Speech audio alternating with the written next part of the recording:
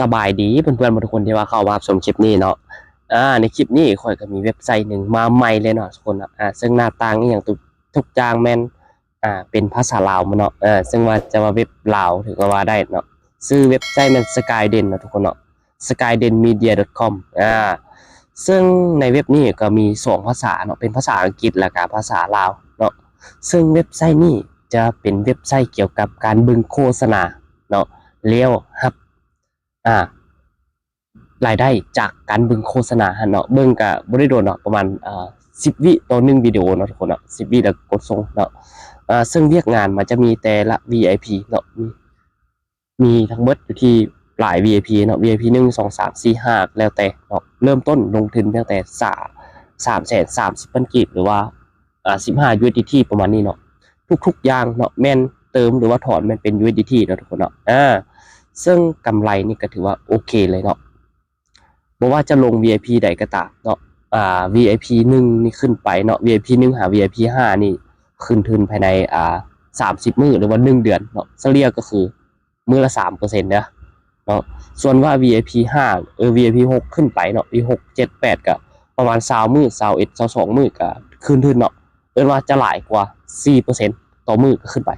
เนาะสำหรับสมัครเข้ามาใหม่แม่นจะเฮ็ดฟรีอยู่ที่3ครั้งเนาะใครที่ว่าบ่ลงทุนก็เข้ามาลองเฮ็ดฟรีก็ได้3ครั้งเนาะซึ่งหน้าต่างก็จะมีประมาณนี้เนาะก็รายละเอียดก็เอาอยู่ในนี้เลยเราสามารถเข้ามาเบิ่งได้ก็ถือว่าเป็นเว็บมาใหม่เนาะสำหรับใครที่ว่าสายซิ่งสายเชียงก็ลองเข้ามาจัดนำกันเนาะ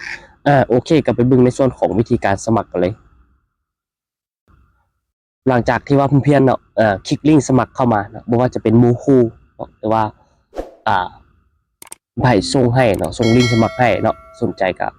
เขาจะส่งลิงก์ให้ก็เข้ามาหน้าต่างสมัครก็จะเป็นบอนี้เนาะใส่เบอร์โทรของเขาเนาะเบอร์โทรของเขาเนี่ยแหละที่ว่าเขาใส่เนาะใส่แต่20แล้วก็ตามด้วยเบอร์แล้วก็ใส่รหัสผ่านเข้าสู่ระบบเนาะระบบแบบซี่เนาะหลายคนก็น่าจะเคยสมัครแล้วแล้วก็ให้ทุกคนเนาะห้องที่4เนาะก็ไปเอาแคปซ่าอยู่ทางเบื้องขวามือนี้นะมาใส่เนาะมาใส่ได้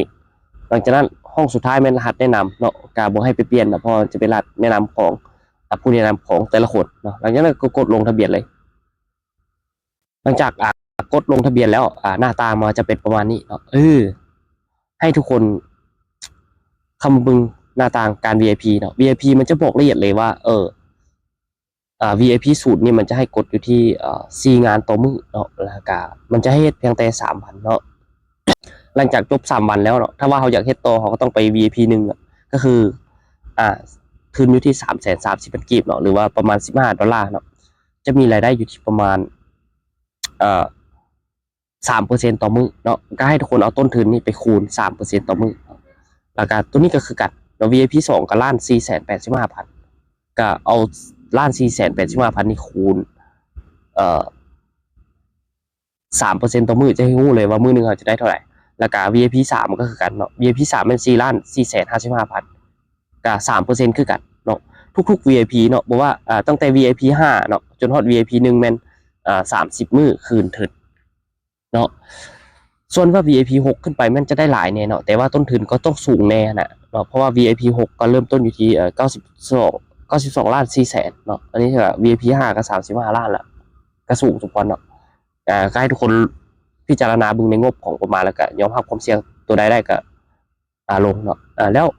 ในเมื่อสมัครเข้ามาใหม่เขาจะแนะนำในส่วนของวิธีการเฮ็ดการฟรีเนาะก็ให้ทุกคนกดเข้ามาบน VIP ศูนย์เนาะให้มาบอลบ้านได้เนาะบ้านทางลุมเนี่ยให้กดบอล VIP ศูนย์แล้วให้ทุกคนบึงวิดีโอเนาะบึงตัวไหนก็ได้เนาะมันจะบอกนี่เลยว่าจำนวนที่ว่าต้องเห็นมีเท่าไหร่4เนาะก็คือกดปุ๊บไปแล้วให้ทุกคนกดบึงวิดีโอกดประเภทนี้เลยในการบึงวิดีโอไว้ทุกคนบึงจนฮอด10วิเนาะมันจะบอกเวลานี่ว่า10วิพอ10วิแล้วมันจะหยุดอัตโนมัติเนาะกดส่งเลยสำเร็จเนาะสำเร็จก็ย้อนกลับออกไปบึงวิดีโอที่2เนาะกดเพย์บึงเลยสังเกตบึงนี่ฮอต10วิแล้วมันจะหยุดเองครับกดส่งเลยก็สำเร็จไปงานที่2แล้วก็ย้อนกลับไปแล้วก็บึงเลยตัวที่3กดเพย์เวลามันขึ้นไปเนาะ4งานได้เนาะสำหรับใครที่เขาสมัครเข้ามาใหม่นะ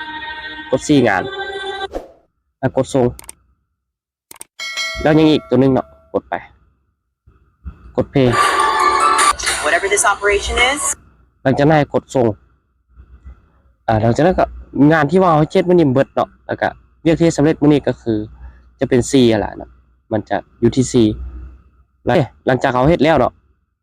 เงินของเขาจะขึ้นมาอยู่ที่ 11,000 เนาะแต่ว่ายังถอนบ่ได้เนาะเราต้องท่าก่อนถ้าว่าเขาเฮ็ดฟรีมันจะเฮ็ด3มื้อเนาะ3มื้อก็ประมาณ33,000เนาะประมาณนั้นน่ะเพราะมื้อ 11,000เนี่ยหลังจากนั้นถ้าว่าเขาเฮ็ดฟรีเนาะเขาบ่สมัครก็เขาบ่ลง VIP ก็จะสามารถเฮ็ดฟรีได้ประมาณนี้เนาะสำหรับไผที่ว่าสมัครเข้ามาใหม่เนาะยังบ่ทันได้เติมก็ลองเฮ็ดฟรีมึงก่อนเนาะก็สำหรับการเฮ็ดฟรีหรือว่าการลงทุนเนาะในการเฮ็ดเวียกมันจะเฮ็ดแบบเดียวกันเบิ่งวิดีโอให้ครบจำนวนเนาะแล้วถ้าว่าเราเติมเงินเนาะถ้าว่าเราเติม VIP 1ก็มากดห้อง VIP เติมห้อง VIP 2ก็มากดห้อง VIP 2มันจะมีแต่ละงานเนาะก็คือเอามาเบิ่งในตามนี้เลยสำหรับการเติมการถอนทุกอย่างมันเป็น USDT ทั้งหมดเด้อทุกคนนะจะบ่เป็นบัญชีกีบเนาะสำหรับหน้าต่างก็จะมีประมาณนี้เนาะสำหรับใครที่ว่าสนใจก็ลองเข้ามาศึกษาการเมืองเนาะ